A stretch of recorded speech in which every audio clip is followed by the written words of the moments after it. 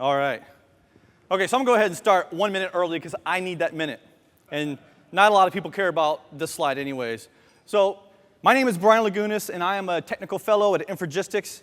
I do a lot with the mobile platforms, and WPF has really been the heart of my career for a long time. Email me anytime with any questions you have at blagunas@infragistics.com. I blog about really geeky stuff at brianlagunas.com. And of course, the easiest way to reach me is on Twitter at Brian Lagunas. There's a theme there. I'm not sure if you're getting it, but there's a theme there. Okay, so you're joining me today because you want to make your life easier writing MVVM-style apps with Xamarin.Forms, because right now it's a pain in the butt, right? We got a lot of static stuff. We got a lot of static classes to deal with. We have dependencies on page classes. It's just not optimal for MVVM apps. So I'm going to talk to you today about Prism and how you can utilize Prism to help alleviate this and actually write a 100% MVVM-friendly app. Okay, so what is Prism? Why do I care? Why did you come to this session? Well, actually, Prism's been around a very long time. It's a XAML application framework born back in about 2008 from WPF land. That's where it got its start. And of course, it had some Windows Phone and some Windows 8 versions, and now recently it's for Xamarin.Forms. But it's mainly guidance. You know, it's always had a reputation for being an MVVM framework. It was never an MVVM framework. Heck, it didn't even have a viewModel base class in the very beginning. And heck, actually, for WPF, it still doesn't have a viewModel base class. Okay, but it's about guidance, using patterns and practices that you should be using already. Right? Design patterns, principles, all this stuff to write apps so that they're testable, maintainable, scalable, easy to deploy, everything we dream of when we write an app. Not the big, 1,000-line code behind WinForm app. We don't like those. It's open source, which is awesome. You just go to github.com/Prism library, and you can get to the repo, fork it, add features, pull requests, whatever you want. Also, it's part of the .NET Foundation. So I don't know if you guys watched a lot of the Build information, but at Build, they announced a lot of companies that are joining the .NET Foundation. Well, Prism's been there. Okay, so what do you get with Prism? What does Prism actually do for me? Well, MVVM support, okay, that's kind of a canned term. We have commanding, we have messaging, navigation, a page dialog service for showing display alerts and action sheets, logging, and dependency injection. Now, I know what you're thinking. You say, Brian, man, I see like messaging and commanding. Xamarin.Forms has that stuff. Yeah, but we do it better, okay? Dependency injection, I want to make a note on this. So dependency injection is a term or concept that not a lot of people are familiar with, but it makes your life a lot easier writing apps. Who's heard of inversion of control? Beautiful. I don't have to explain it. Okay, so inversion of control, the way Prism achieves inversion of control is with a dependency injection container. You can use whatever container you want. I'm going to be showing Unity, but you can use Ninject, TinyIOC, Structure Mount, whatever you want. Doesn't matter. The choice is up to you. Okay, so I have 45 minutes to highlight some of the stuff that's going to make your life easier with Prism. So I chose MVVM, commanding, messaging, and navigation. Okay, so that's what we're going to get in less than 45 minutes. So I'm going to talk fast, but just cram information down your throats, okay? So where do I get Prism? Well, there's 3 packages you care about. It's on NuGet. The first one is prism.core. That is a PCL that has like the commanding infrastructure in it. It's got the eventing infrastructure in it. We have prism.forms. That is Xamarin.Forms specific. Okay, that has all the navigation and dialog service stuff in it. And then we have our container, what we're using to resolve our types. Okay, in this case, prism.unity.forms. In the future, there will be more. If yours isn't up here, add it and submit a PR. Okay, so let's get started. MVVM support, man. It's been how many years we're still talking about MVVM, but it's that cool. And we all know what it is, so I'm not going to spend a lot of time on it. It's just a design pattern. That's all it is. There's nothing else to it. A design pattern is just a name we give something that we do every day. That way, when I'm talking to you about how I'm writing my app, and you're talking to me about how you're writing your app, we can have a conversation and understand what we're talking about. That's all it does. Okay, so when you're doing MVVM, the most difficult choice you're going to have to make is how in the heck do I take this view, and I have this view model, and all I have to do is I have to create this connection to set that binding context to an instance of your view model. That's it. That's MVVM. You're done. You just had a crash course in MVVM. All the other stuff like commanding and messaging and navigation, those are problems that you'll have no matter what type of app you write. Code behind, you still got to solve that. That's not specific to MVVM. This is MVVM. Now, how do you make that connection is up to you. Now, Prism is going to provide you a way that we think you should do it because it's pretty cool. You can do it in code behind if you want. There's some view model locators out there. Do it in XAML. And actually, Prism relies on a view model locator. But it's different than probably the view model locator you're used to. And most of the time, a view model locator is like a static class. And then every time you want to create a view, you got to add a view model, then you got to open up that class, add another property. That's a real pain in the butt. We don't want to do that. And it goes against the open-close principle. So what Prism does is it provides an attached property. You just add it to the view, and then you set that attached property to true. Auto-wire view model. Once that's to true, Prism is going to go, oh, I know what you want to do. And based on a convention that says, hey, your views have to be in a views namespace, your view models have to be in a view models namespace, and your view model name will be the name of your view plus view model. So if my view name was main page, then my view model name will be main page view model. Pretty easy. And don't worry, you can change the convention. You're not locked down to this. So it takes this convention, and it will automatically, using your container, create the view model, set the binding context of your view, and you're ready to rock and roll. You don't have to do anything with opening or modifying classes, okay? So this is what it looks like. You just add your namespace, and then you set the property. So let's go ahead and do that. I have a sample here we're going to be working on throughout this. This is a basic Xamarin.Forms app. I've already added the NuGet packages because you do not want to watch that come down. So I have a main page. Let's take a quick look at this. We see that my main page exists in a views folder because that's the default convention. I got some properties on here we're not going to worry about right now. What I care about is, for one, I need to create a view model, and then we need to hook it up. So let's go create a view model. So I'm going to go ahead and add a new item because I want to show another thing. So we have templates, project templates, and item templates for Xamarin.Forms. So in this case, I'm going to create a new Prism view model. Okay, so basically just make our lives a little easier. Now, my page name is main page. What's the name of my view model? Main page view model. Just don't fat finger it. All right, so all this is, it's a class that derives from bindable base, and all bindable bases, it's a class that implements iNotify property change. That's all it does. Okay, so I know I need to add a title. Besides item templates, the Prism template pack on the Visual Studio Gallery, that's where you get it, also has snippets. So I can say prop P, right? We'll add a string. We'll call it title. Makes our lives easier. And we'll say main page. Perfect. Okay, so let's go back to our main page here. Now we want to make that connection with the view model locator. XMLNS, say Prism equals CLR namespace.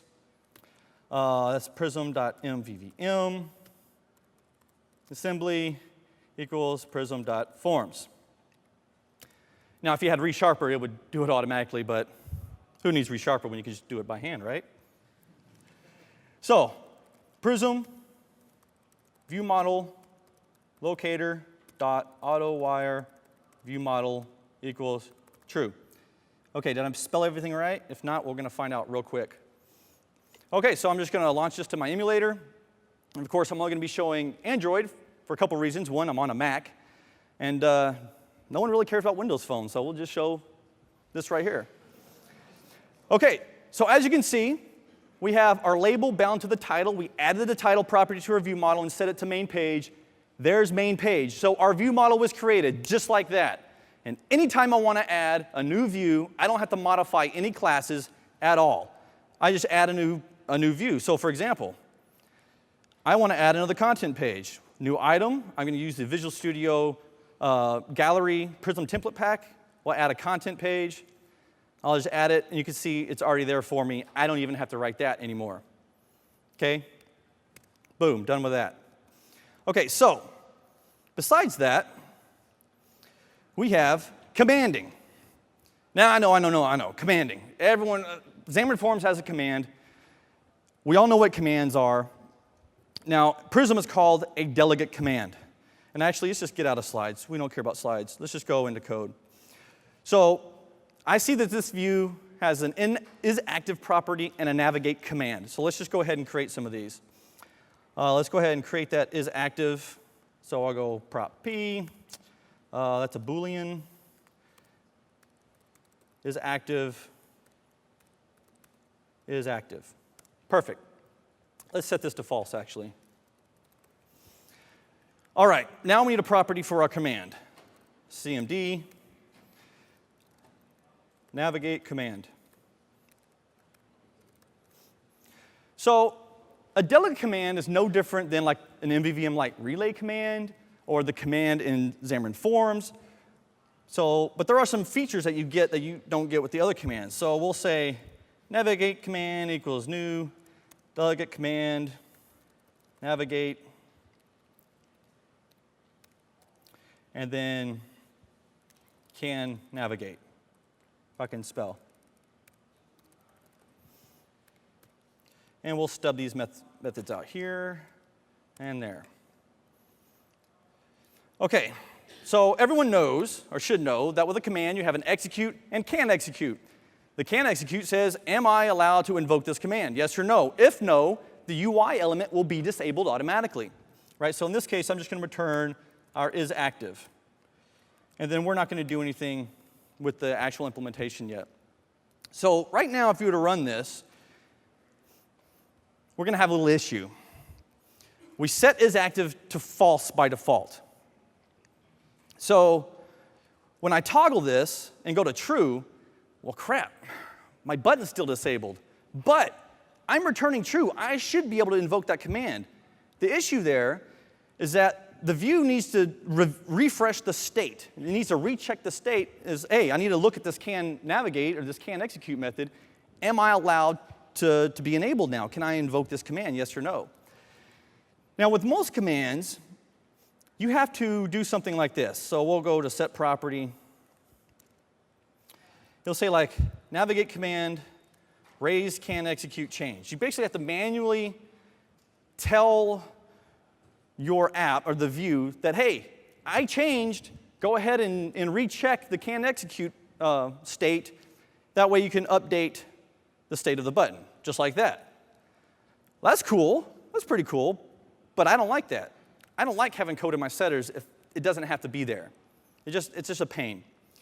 What would be nice is to say, you know what, command, what would be great is if you just know about this property and you just kind of handle that for me. You know, just whenever this changes, you let me know, okay?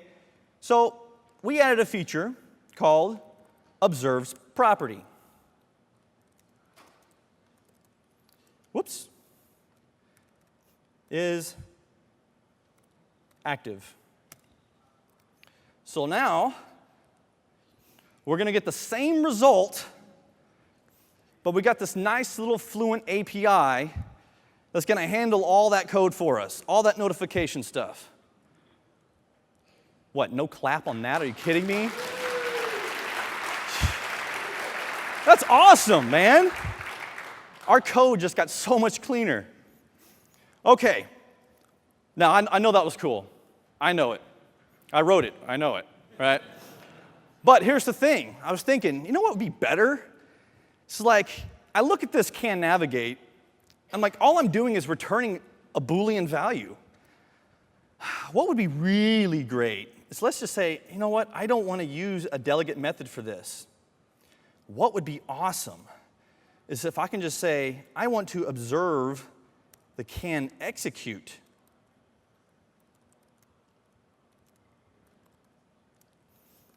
So not only do I want to modify, or excuse me, respond to the value changes of the property.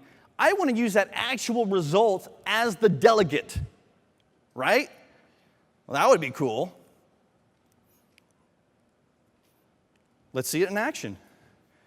So I removed an entire delegate method from my view model. Same result. Thank you. That's extremely awesome. I mean, you guys write commands all day. I mean, that's a time saver, right? And just so you know, I don't know if I pointed it out, but if you do observes property, you can keep going observes property all you want. So observe as many properties as you want. Okay, so where are we at on slides? All right, and of course we have a delegate command of T, which allows you to pass in a string of some, or any type of parameter, really. In this case, in this example, it's a string. That's no different. But we also have a delegate command from async handler. So if you ever needed to invoke an execute command, an execute delegate method asynchronously, well, we have a from async handler where you can just return a task in your execute. And it's for delegate of T as well. Nice little helpful thing. And then we talked about raise can execute changed, which you don't have to use anymore because you have observes property and observes can execute. All right. Now this is like the meat of Prism.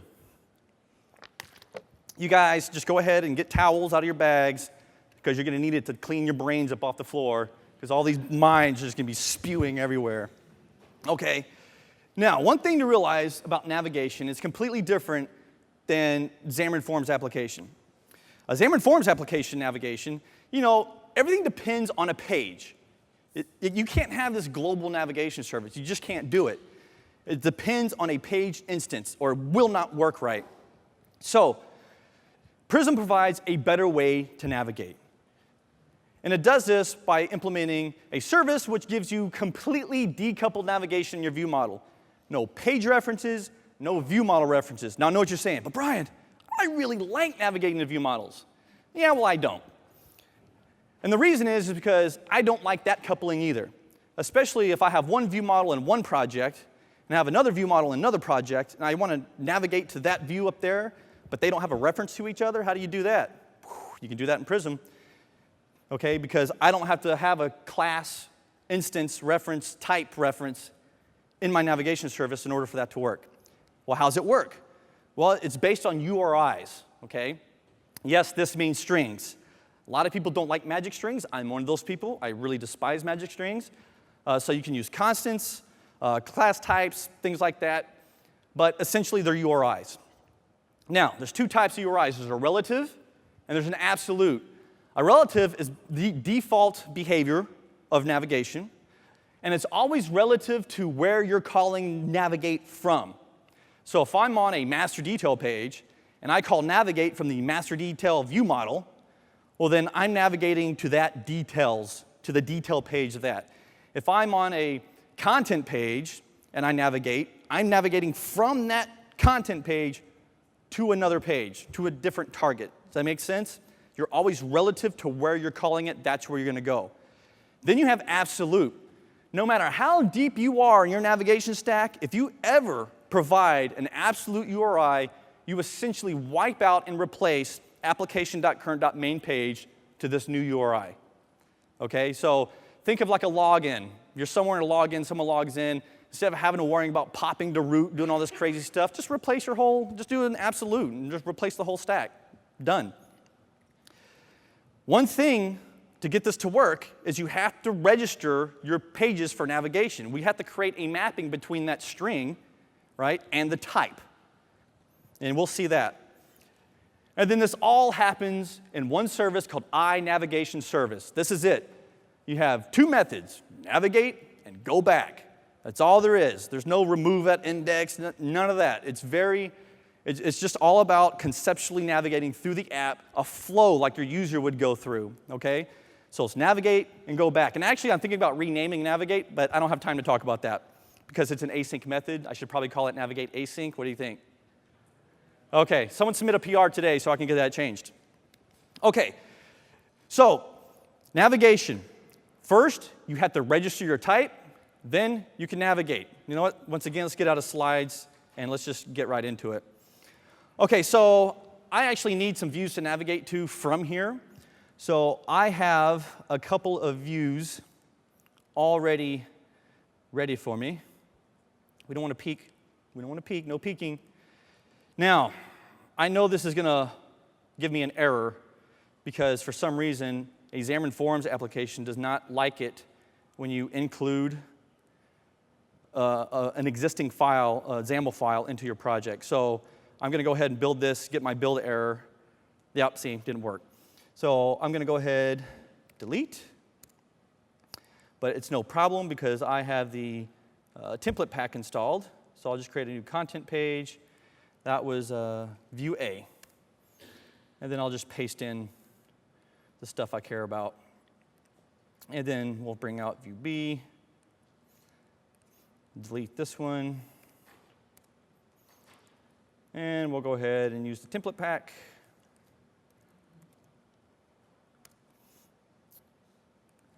Okay, done. Man, templates are nice. Okay, so I have these views.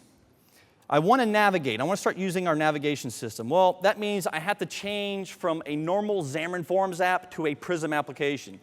Now remember, I've already added all the NuGets required, so all I have to do is change this to Prism app, and now remove this and implement two abstract members. OnInitialized, which is called when the app is done with registering all the services with the container and getting everything ready for you, and then register types.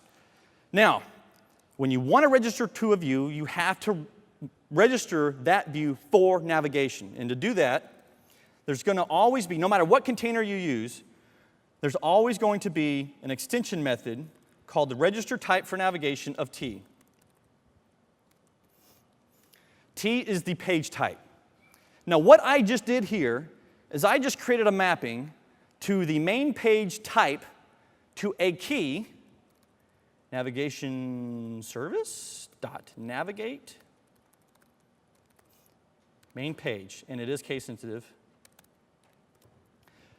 So now, anytime I want to navigate to that main page in my app anywhere, I just have to call navigate and pass in main page. Of course, I can change that. If I just wanted MP, right, I can just put that in, and now that becomes MP. Clear? Okay. Oh, don't clap yet. Don't clap yet. Oh, we'll get to that. We'll get to the clapping, okay? So I'm going to go ahead and just copy and paste this out, and we'll replace this because I know I have view A in here, and I know I have view B. Okay, so let's go to our main page view model. So we have this navigation, this navigate command. Now, what I need is the I navigation service. Notice I'm not newing this up anywhere. You'll never see me say new main page view model, pass in new navigation service. You'll never see that in a Prism app because we use inversion of control. Of course, I got to store this off because I'm going to use it. Now, this is a caveat. This is the only caveat that I don't like about this Prism implementation, but it's a limitation of a container. Navigation service. When you want to call the iNavigation service, when you request that in your constructor, the parameter name must be navigation service. Must be. And that's because Xamarin.Forms requires the page instance, right, for navigation to work properly. So what happens is in the view model locator, we do some magic that says, oh, I know the view model that I need to create. I have the page, so I'm going to go ahead and set the page on that navigation service to the correct instance, and then when you call for it, I'm going to parameter override the constructor on the view model. Make sense? So that's why it's a limitation of containers. You can't override parameters by type. It has to be by name. So navigation service, that's the only limitation with Prism on dependency injection is that. And it's a little annoying. I don't like it. I was thinking about maybe an interface like iNavigation service aware, and doing that instead, but even I don't like that either because you're still hiding dependencies. Anyways, different talk.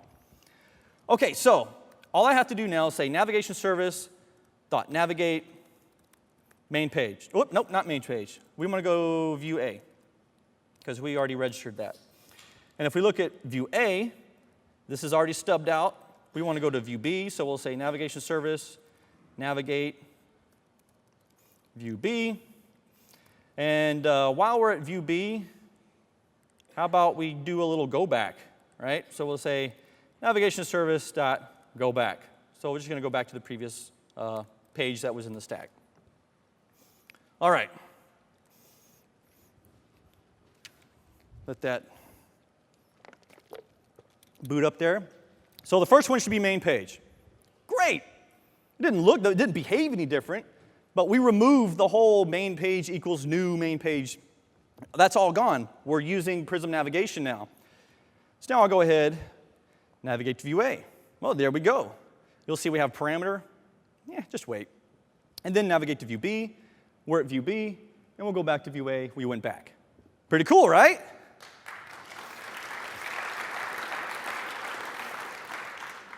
Now keep in mind, you're like, yeah, well, that's cool. You're navigating around. But look,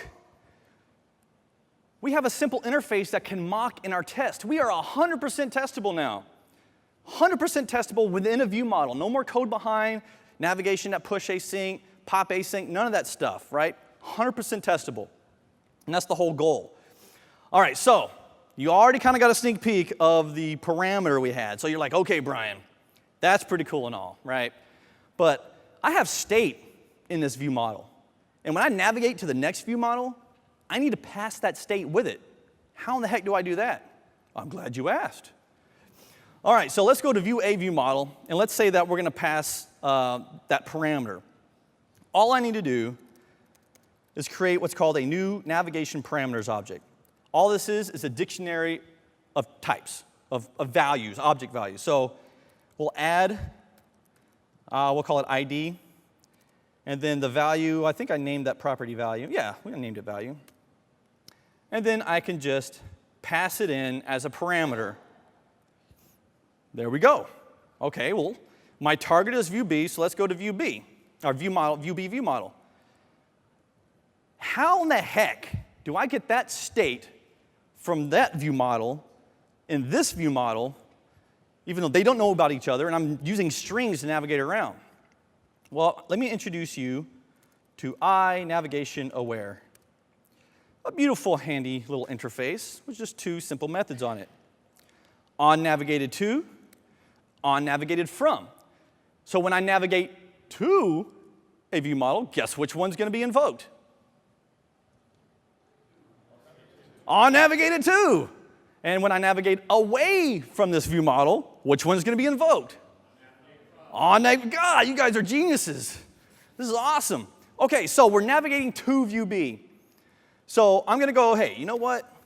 If the parameters contains the key ID, then let's go ahead and set the title of this to parameters index ID. Now you have to cast it because you can pass any object you want, so you kind of have to know your data type.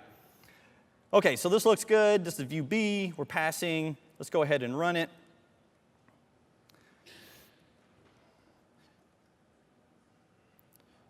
And here we go. Let's turn on navigation. Okay, so we'll just type and navigate view B. Boom, parameter, right? Like, okay. That's cool and all. But there's more to parameters than just this. Maybe I don't want to create a navigation parameters object. What would be really cool is, you know, Brian, I deal a lot with like dynamic string generation and URIs. Can I just go like ID equals hello world? Can I just do that? Can I just use a, whoops, we're looking. Why, yes, you can. Yeah, use a URI query string. I don't care. Pass it right along to the view or with the view. So it doesn't matter what this says because we hard-coded to hello world.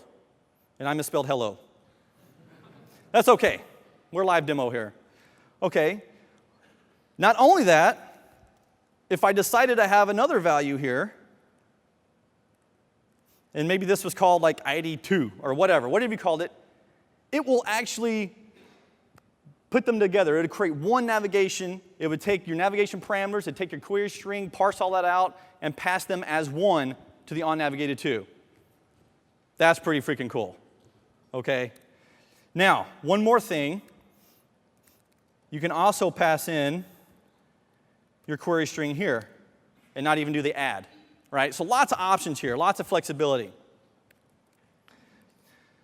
And yes, you can also pass parameters with go back. So I'm on a page. Holy cow, 15 minutes? All right, we're going to speed up. So we can go back past parameters. Beautiful. All right, so let's skip over some stuff because it's not that important.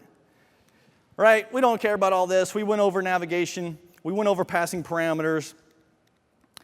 We've talked about iNavigation aware. There's another one called iConfirm navigation, and iConfirm navigation async, which says, hey, am I even allowed to navigate away from this thing? Yes or no? Maybe you show a dialog and you capture input. Must save, right? Must save before going or something like that. You can do that using those interfaces. Okay, this is probably my favorite. This is my favorite. So before the keynote, Prism had this, deep linking. Yeah, Brian, that navigation is cool and all, but what if I have a master detail, and I want the detail to be a navigation page, and in that navigation page, I want to push a view A, and in that view A, after that, I want a view B. Something like this, pop, pop, pop, pop. All in one go. Yeah, we can do that. No problemo. All right, so let's go ahead and check this demo out. Let's open up the app. Here we go. My master detail, my navigation page, my view A. Now this, oops, not main page. My master detail here already has some views, some navigation items, right? Where we have some more command parameters. These are basically our URI strings. So I'm going to go ahead and run this. And so what we're going to expect to see happen is we're going to go to a view B. Or view A, did I go view A? Yeah, view A, sorry, view A. Sorry there. And then, like, I can just, whoop, switch there. My master detail works as expected because I'm navigating from the master detail, so I'm replacing the detail. Now, that's cool and all, Brian, but I really got something for you. I really got a complicated scenario. Let's say I want view A, view B, view C, my tabbed page, select view B inside that tab page, then go master detail, then my navigation page, then main page. Can you do that for me, please? And get all that right? Yeah, I think I can handle that. Bam!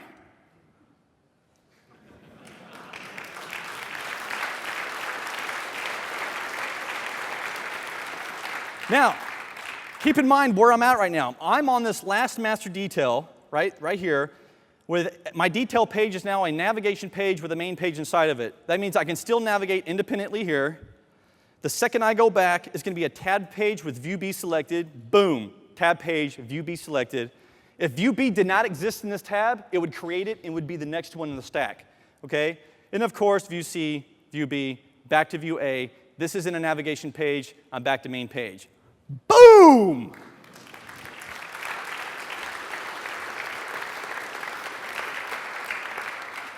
I mean, that's pretty bad. I mean, right? I was like, I'm personally excited about that because nothing else does that. Now, at the keynote, they talked about the app linking, the app deep linking. This is where it was born, right here. This was the birth of that feature. I worked really closely with Josh on the Xamarin.Forms, Jason on the Xamarin.Forms team, and we made it happen. So as soon as they publicly release their bits, I'm going to support their app link stuff, and it's going to be beautiful. Okay, so I got time for one more feature, which I think is pretty cool, so let me just close this out. What's next on the list? Oh, I want to mention something. So I talked about deep linking, but you're like, Brian, that's amazing. Like, I only have like a quarter of my brain left because it's all on the floor. But with this quarter of the brain I have left, I have one more question. What about parameters? No problem. Each individual segment can have its own parameter query string passed to it. So on master detail, I can pass an ID of 2. Only that page gets it. For view A, I can pass customer name of Brian. Only that page gets it. And for view B, sort order ascending, only view B gets it. And you can have as many as you want. You're not limited, right? I mean, come on.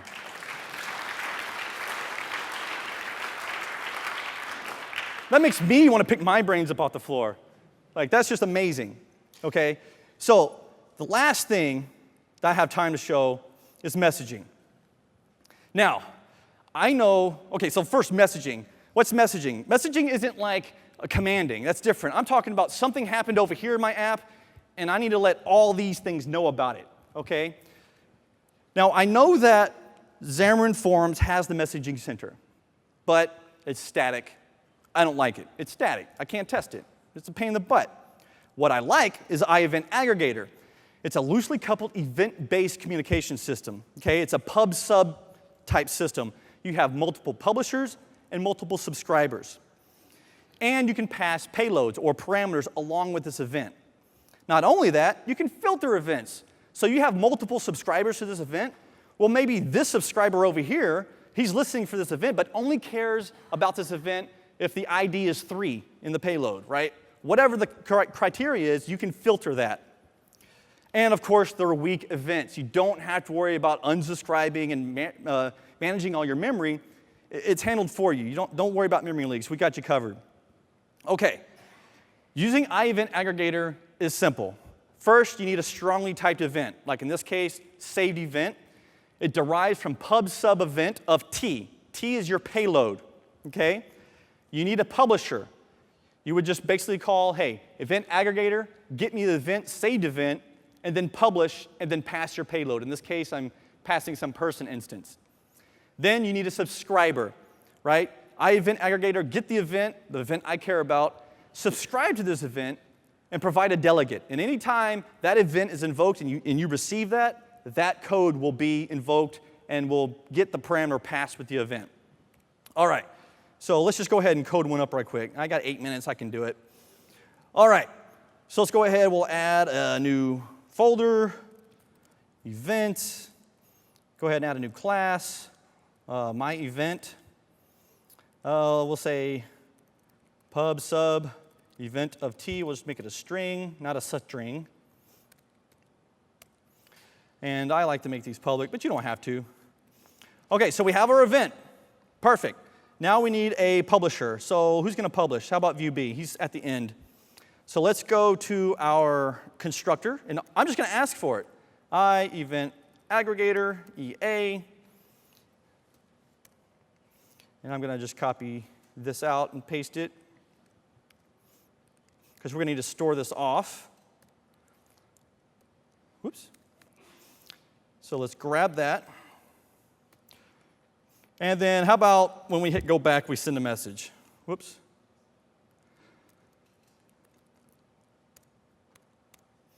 Okay, so we're going to say, hey, event aggregator, get the event called my event. And once you get it, let's publish something. And hello. That'll work. Okay, now we need a subscriber. How about main page? He's at the beginning. So find my constructor. I'm going to ask for it. It's going to give it to me.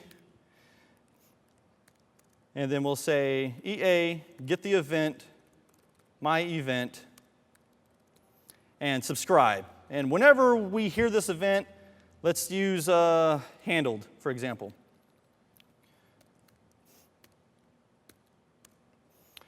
And then, of course, we get the payload, which in this case is a string. We'll set the title to just that. Make it quick and easy. All right.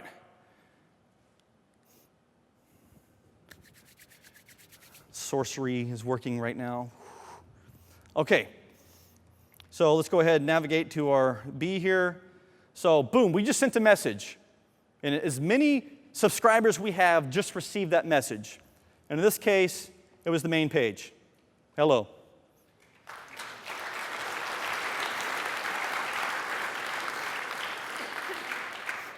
Okay, and just so you know, that goes across project heads.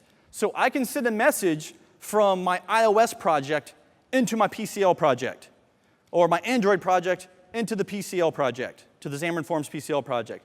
So you're not limited to barriers, okay? You don't have any barriers here. It's just an event-based system, very easy. There's a lot more. There's a ton more features with Prism that just makes your life easier. As you can see, you can write an MVVM, a 100% MVVM Xamarin.Forms application, no problem now. With the project templates, file new project, new item templates, it really helps speed up your development. Like I said, it is open source, so join the community, submit issues, let me know what you find.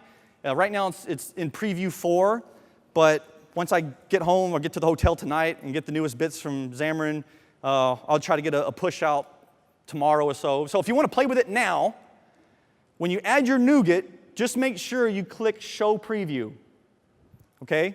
Just Show Preview, and then you'll see Preview 4 there, 6.2-Preview 4. And then you can play with it, submit PRs, submit ideas. This is yours. This is for you, right? I think it's badass, personally. But you might not think so, and tell me why. Let's make it where it's useful for everyone. So I got 4 minutes and 40 seconds for questions. Yes? Okay, so we don't really deal with, oh, it was behind. Go again. The question is, what kind of page lifecycle events are exposed to your first work? Okay, so right now, I don't do anything with page lifecycle events. You get on navigated to and on navigated from. Okay, I don't care about appearing. I don't care about on disappearing. If you care about that stuff, you can handle that in application code unless that's a common problem. Then we can discuss it as an issue, find the gap, find where we can help it, and if there's a problem there, we can solve it. But for now, we don't do anything with it.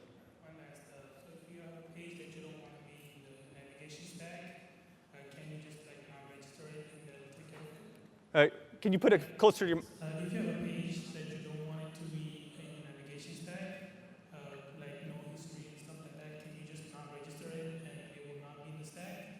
You have... So right now, we don't handle not adding something to the stack because that's kind of like you're taking, because I'm just working with the Xamarin.Forms stack. I'm not doing anything special. I'm working with that stack directly.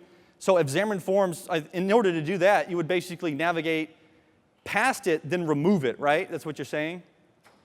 That's essentially what you have to do in Xamarin.Forms. Kind of like a login page. Yeah, so there's no mechanism for that.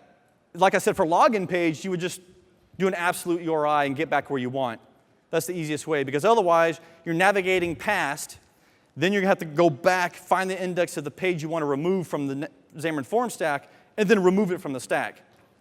So, this is all more about user flow, application flow. I would use an absolute URI for that if you didn't want that. And I know in the sample, you saw it navigate each time. There's an override parameter, optional parameter called animated. Set that to false on deep links, and it will not navigate the whole stack. I just had it navigate so you could see it work. But yeah, so I would use an absolute for that scenario. Okay. I can't really see. I got lights in my face.